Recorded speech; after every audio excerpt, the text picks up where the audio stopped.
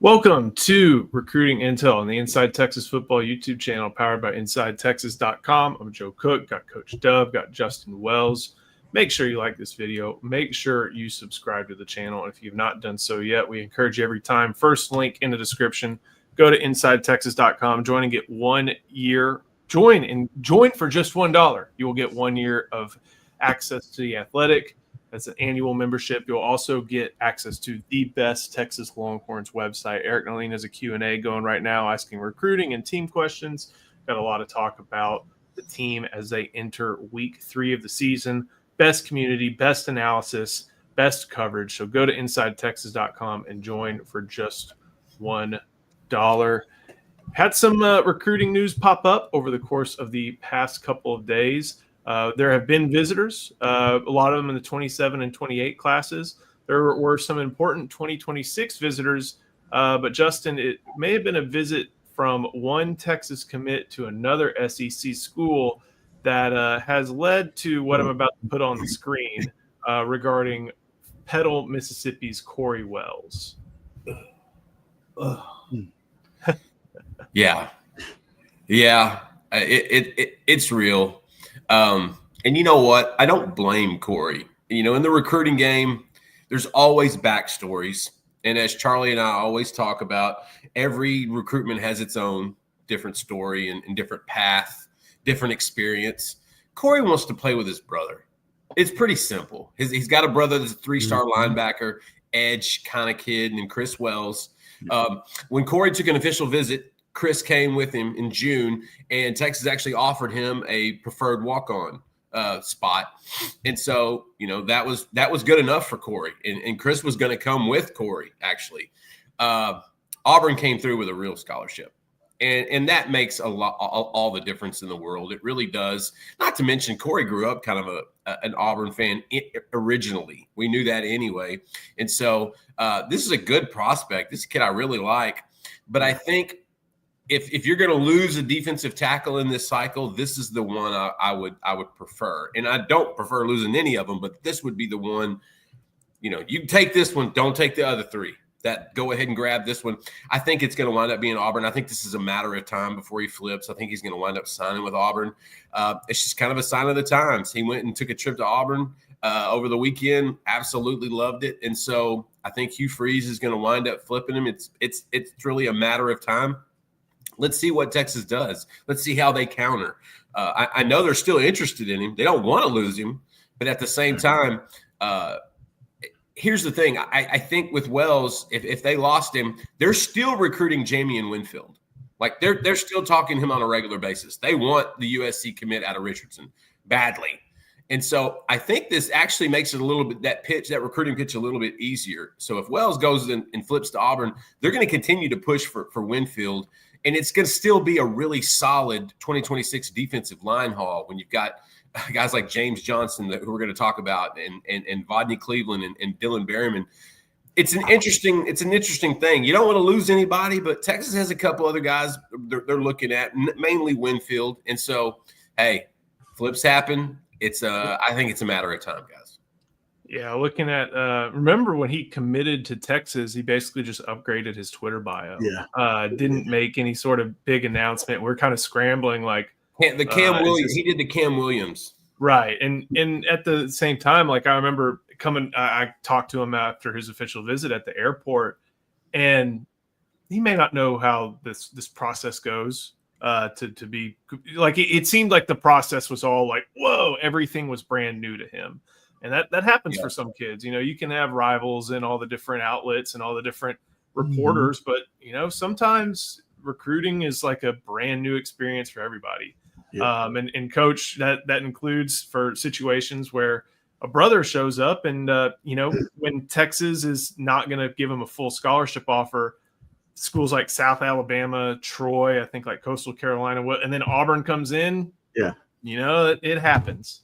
Yeah, and that's huge. I mean, we had I guess a couple situations like that. If you go back to Deontay Foreman and Monty Foreman, right? Texas offered Deontay, here they come. You look at the Coleman triplets who just got here. You know, they had a preferred walk on with the other triplet. I want to say Isaiah, right? But they decided to still come to Texas. So even if they had offers together, I think it's important. I want to play with your brother. They call them, say, what is it when you're not twins, but it's a stepbrother, not stepbrothers, but Irish twins, pretty much. And so they want to, Irish. I couldn't get the word. I had to think about it, but they want to play together, man. I understand it and I get it, and so I want to play with my brother too. And if Auburn offers that, you get the chance to play in the SEC, the big time program, I'm probably going to go too. Joshy Manning, we mentioned this. Thanks for the coverage. Thank you for the super chat. Agree with Jay Wells. If you lose one, Wells is the one you want to lose. And part of the thing with this one is that because Texas had such a big haul in the transfer portal, 5 players, not only was that to get guys ready for this year, it was also to get guys ready for, the years coming along. Like that was to help get the depth right over the coming seasons. So they're not scrambling for 4 or 5 like they were from the high school ranks, getting that 4th with Justice Terry last year. Like this is a situation where the depth chart has proper numbers. They don't need to get something drastic to make sure that they have the guys they need. Like the transfer portal has them in good shape. They have 3 guys now, they have 4 guys now. A third, they could drop to 3 in short order. But Justin, one of the good things is that those other 3, as I'm about to show another clip, those other 3 are, a lot of schools are recruiting them, but they're in good. The Longhorns remain in good shape with them. I agree. I agree. I didn't know how much more. I've been distracted by text messages from our staff, and so I'm trying to get us back. Look, Vodney Cleveland came back, and James Johnson came back, and you know what? Those 2 guys are locked in. They love Texas. I got to catch up a little bit with James after the visit. He loved just being around the team, being around the coaches, being around future teammates. He's really about that, and that was the one I think fans were kind of wondering about in a sense. Look how big Vodney is, man. Yeah, that's a big dude. He's a good sized dude. He's going to get bigger too.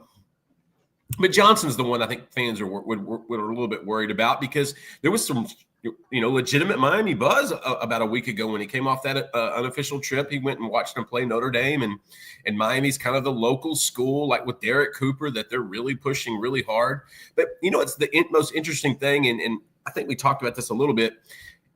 Recruiting's different now. Now, when you have an out-of-state commitment and they take visits, there is always that hint of worry. But there's something that kind of holds that kid and the committed school together a lot harder now than it used to, a lot stronger. And that's NIL. Yeah. At this point, if schools aren't going to match you, I don't care where you visit because it doesn't matter. That's a significant thing. We didn't even have to think or worry about this 3 or 4 years ago. When an out-of-state commit took a visit somewhere, especially in their in-state schools or one of them, you were worried. You had to do some homework. You had to do some background checks. Now, if a school is going to host your recruits and your commitments, that's fine. Because if they're not going to match the NIL, it's not going to matter. It's not going to matter at all. And so that's significant. James Johnson's locked in. Vodney Cleveland's locked in. And then you got the big boy out of Ouachita Parish down in Monroe, Louisiana, Dylan Berryman, who told Inside Texas on Sunday he's going to be in town this weekend. And so they've got a great little floor there. That's their floor. But Berryman's their floor, in my opinion. The ceiling is Johnson, and Vodney's a little bit of both. But look, they're not done with Jamie Winfield.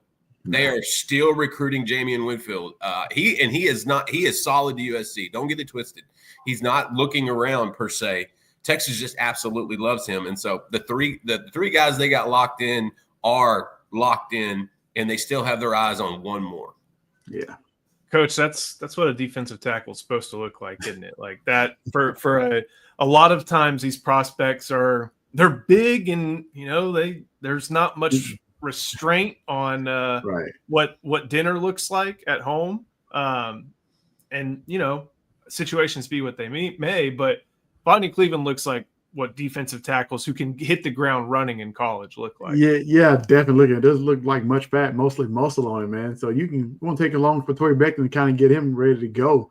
I'd probably just add more strength, but I like his size already. That's a great frame to have on a guy like that, and a kid like that. So that's some of the things you kind of look at when you're recruiting a kid too. They're starting to pay attention to that as far as the frame of a kid, and what more can you add to him? Because if you don't want to get in the it's okay to have a big guy, but if he's big and just big, then you got a lot of room to work on. So you got a lot to work on. But a kid like that, I love it.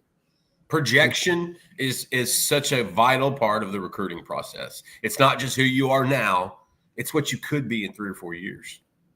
Before we keep going, got to show some love to one of our sponsors. That is Game Time. And Game Time is the app that I use to go and get tickets. I don't care whether that's college football, that's pro football, baseball, NBA, college basketball starts up soon as well.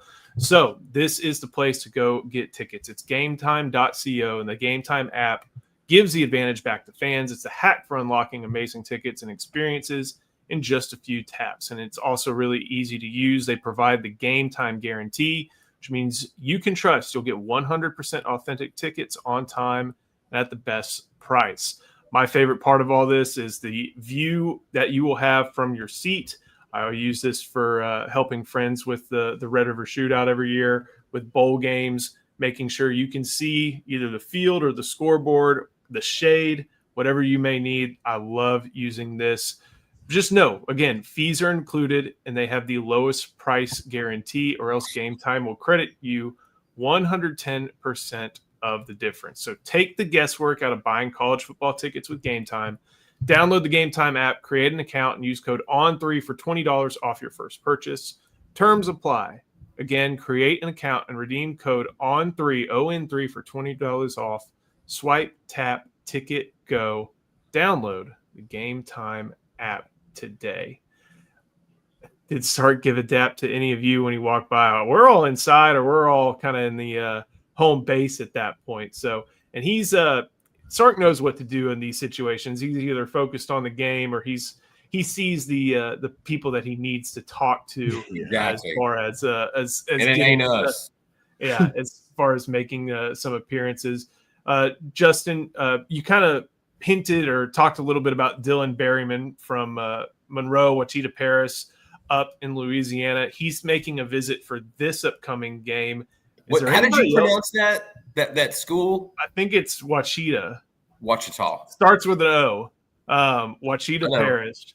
I have never in my life heard Ouachita, and you know me, I am terrible. Ouachita. It's Ouachita. It's Ouachita. Yeah, they actually have a Ouachita Baptist in Arkansas, I think, Charlie. Yeah, they do. Like an NAIA. Yeah, that's the only reason I know that is because I dated a girl that played volleyball there. That's the only reason I know how to pronounce that. Because Joe is the linguist here. I'm not going to sit here and correct anybody's proper grammar. But with Dylan Berryman coming back, is there anybody talking to him? Like what's the situation with him and his commitment? Purdue is still pushing there. Believe it or not, LSU is still reaching out to him as well. There's a handful of schools, but I think Dylan has given off – a lot of times recruits give off I'm really sticking with my team vibe. Some kids are open. They don't want to tell coaches no. They don't want to say anything that may become negative to another coach just because you're a kid. It's natural. But on the other way, some kids give off hey, I really do appreciate you, but you are wasting your time vibe. And I think that's what Berryman is. He, like I said, Purdue's still in the mix. LSU still reaches out. But at the end of the day, he absolutely loves Texas. He knew he was going to Texas after he got offered. He knew, remember when we went to go see him a couple months ago, he was very adamant that I'm leaving the state. Like, I love my state.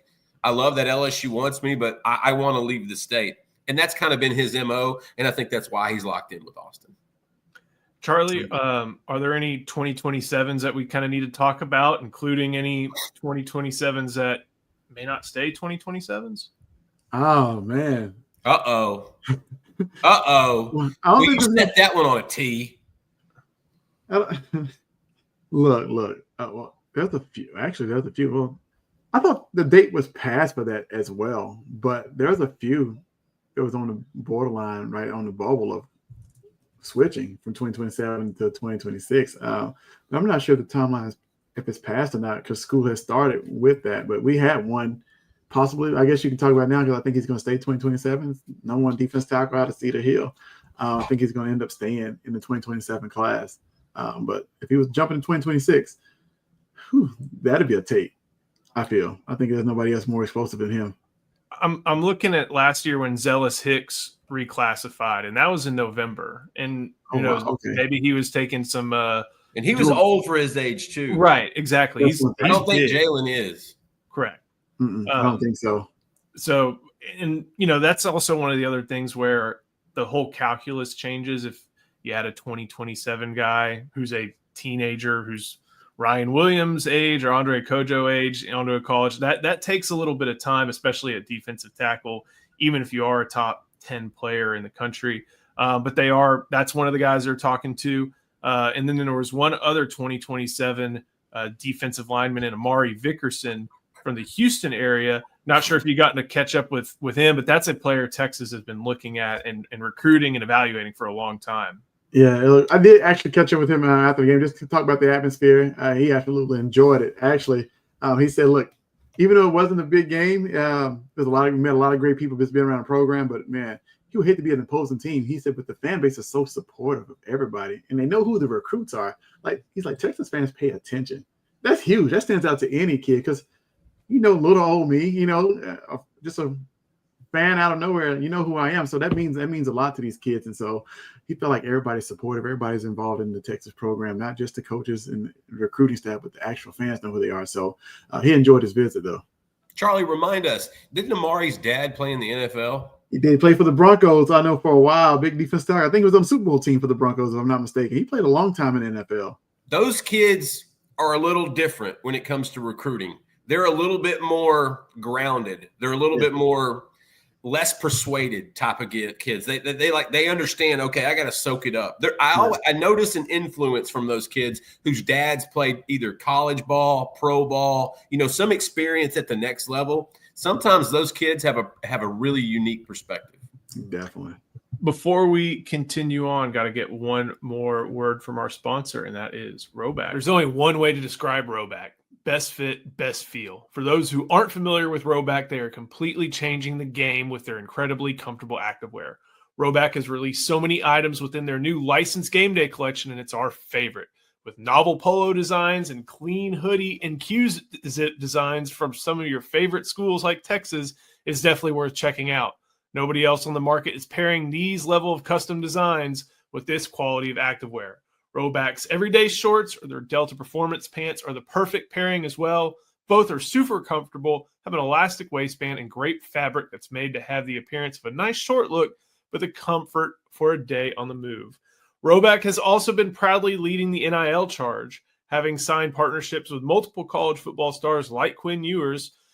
They are becoming the go-to brand for college athletes across the country. Use the code TEXAS20 on Roback.com for a generous 20% off for all new customers through the end of this week.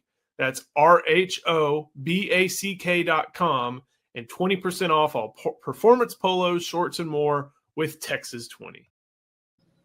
Good question from Mike D. Appreciate you turning in. Any big high school games y'all are going to this week? Need y'all to help coach and help out. Lamar Consolidated. Lydell Wilson retired. Have y'all ever talked to him? Lamar Consolidated, I think my high school head coach, if y'all remember, he has a couple NFL records, and they're not great ones, was Donald Hollis. Played a little bit for the Bengals, I think. He coached at St. Thomas, and I think he went and coached at Lamar Consolidated for a little bit, and I don't think it worked out there. Where is Lamar Consolidated? Richmond. So so that's out there with Randall.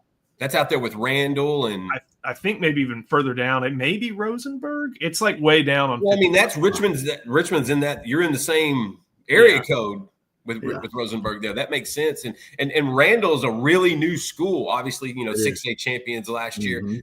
Shout out to Coach Brian Randall. Absolute great dude. Love that for him. But I was just kind of curious. I'm trying to think because weren't the Rogers brothers? That's about all I remember. Charlie? Jaquita and they were. And those were related. That's uncles of Landon Williams Callis, the 4-star running back out of Richmond, Randall. And so that makes sense that they're all in the kind of that same area. And then I think also Dexter Pittman was from Terry, Oh. which was also a high school in Rosenberg, if I remember correctly. He ended up going to, let me see. I'm going to look that up actually. It was Terry High School. Good call. I was mixing him and Cam. It was Ridley either him up. or Cam Ridley. It was one of the big ones, but Dexter had some hands on him, and Dexter played in the league. Ridley went to Fort Bend Bush, and Yeah. my friend who went to Ouachita Baptist also went to Fort Bend Bush. So kind of Here we go. I bet they know each other. I bet he knows the girl I know. I don't know if Big Aaron knows those guys. Real quick before we get out of here, though, every week on Inside Texas, we go over the true freshman participation chart. I know we try to focus on recruiting, but this graph kind of tells you a little bit about the class we just were talking about last year, the 2025 class, as well as maybe where they could look for some additional talent. Obviously, at Ohio State, only see Dalen McCutcheon, Grayson Littleton, Lance Jackson, and Nick Townsend, just 4. You see a lot more in the San Jose State game, including Justice Terry making his debut. You see Smith Aragbo, Amari Winston had some catches, Josiah Sharma. Any of this stand out to you, Charlie? Any of the guys who made some flashes? I mean, the guys that played in both games, you kind of know they got a plan for them, and they're probably going to continue to play. The other guys, maybe they could shut down after 4 games versus Sam Houston State. But I'm willing to bet a lot of these guys get to play over the next 2 games, depending on how they play. But I think stands out is really the guys who really came in. It stands out Nick Townsend came in late, and he's played in 2 games. He came in less than 3 months ago. Look, that's impressive, but you cannot keep a guy off like that off the field. I mean, you can put him at fullback and put him in the I formation. He'll go blow somebody up. Like, you want to fix your egg zone? Let Nick Townsend H-back. Right through the A gap and blow a linebacker up. I guarantee you, that's who you want to run behind. But honestly, we heard so much about Grayson Littleton. We heard about Dalen McCutcheon, so we kind of expected that. But my man Lance Jackson's out there getting out there, so I love to see that. But it's good to see these young guys get out there because they get out there, they play with their hair on fire. They're hungry. You can kind of tell the different energy. They may not know what they're doing, but they're going 100%, 100 miles an hour. So, I absolutely love it. I can't wait to see who else plays these next 2 games, though. I've got a couple. I think you could see James Simon against UTEP or Sam Houston State. With obviously with Trey Wisner being hampered right now, out doubtful, I guess, for this Saturday. I think James. I'm looking at guys that haven't seen the field yet, and I think James Simon is a guy that could do that this Saturday. I'm wondering about also about Myron Charles. I know that Josiah Sharma got some run last week, and man, he looked good. I know he made at least 1 play. And so he's just so wide. Yeah. He is just a big joker. He's like Big X the plug on the D line. Like, he is just thick. And so I think that one, I wouldn't mind to see maybe Jonah Williams make an appearance. I don't think you're going to see Ricky Stewart just yet. He's dealing with concussion protocol. I don't think you're going to see Michael Terry III yet. He's dealing with some depth chart stuff.